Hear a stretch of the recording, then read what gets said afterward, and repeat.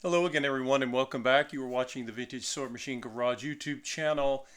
Well, we are getting ever closer. Moment of truth. Does the machine run? This is the first time I have plugged in the machine after making all of these videos, getting the machine ready.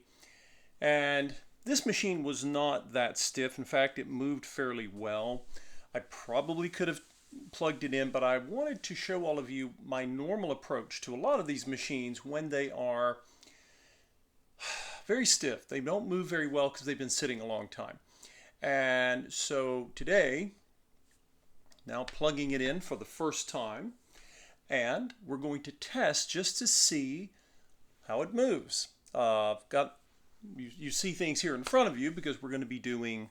I have yet to do things like winding a bobbin and getting the machine threaded. So let's start with the light fixture. Remember, I had to change the light bulb. And I have fantastic light here. This is the new LED bulb, bayonet style, that I've installed. And on this machine, there is a ring. You can see the little cream-colored plastic ring right here on the light fixture.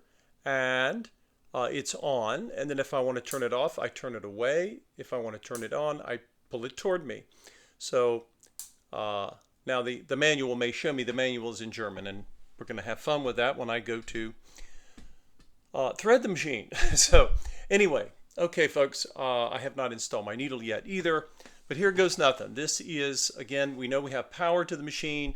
The plugs, the cords, everything is turned out. I've cleaned and inspected my foot pedal. And here goes nothing.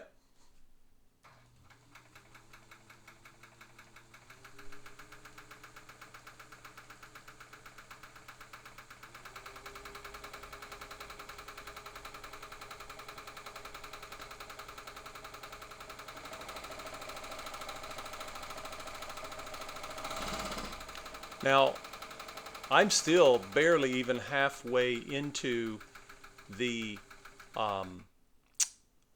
the potential speed of this machine. So let's take a look and see what it's like on the slowest setting. How slow of a needle control can we get? That's about as slow as I'm able to get before it wants to stop. And that is with a clean rheostat. Now, there are people who have sewn all their lives. It's not a big deal. They get this machine set up and they're off to the races. They are sewing.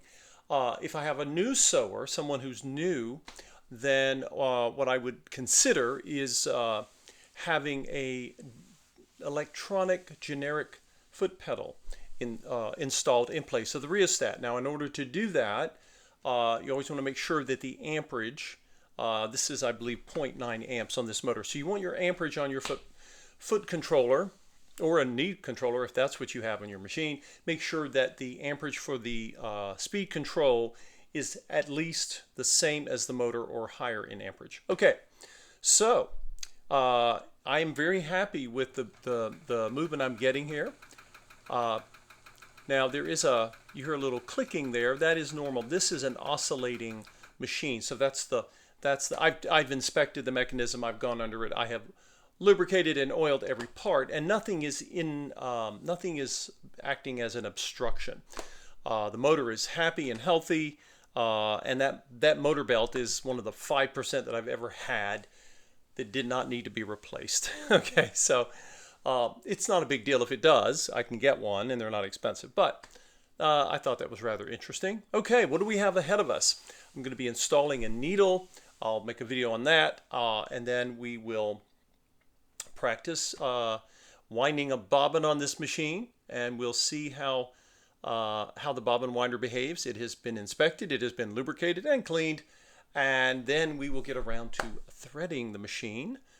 And in that video, you're going to watch me looking at a manual that I cannot read because I don't speak or read German. But we're going to do our best. And I know that there are English versions of this. I'm just determined to see if I can do it without the English version. We'll see what happens. So thank you all for following along with this very unusual and certainly new to me Pfaff Model 30, made in England, and we will determine how it sews very shortly. If you have not subscribed, please just hit the subscribe button if you would. And you can, if you would like, if you see value in my channel and any of the material on this channel, feel free to donate. You can just click on any of the links that you see in each video or on the home page and just click on Buy Me a Coffee. It takes you right to my page, and you can make a donation if you would like to help support my efforts to save machines like this and others.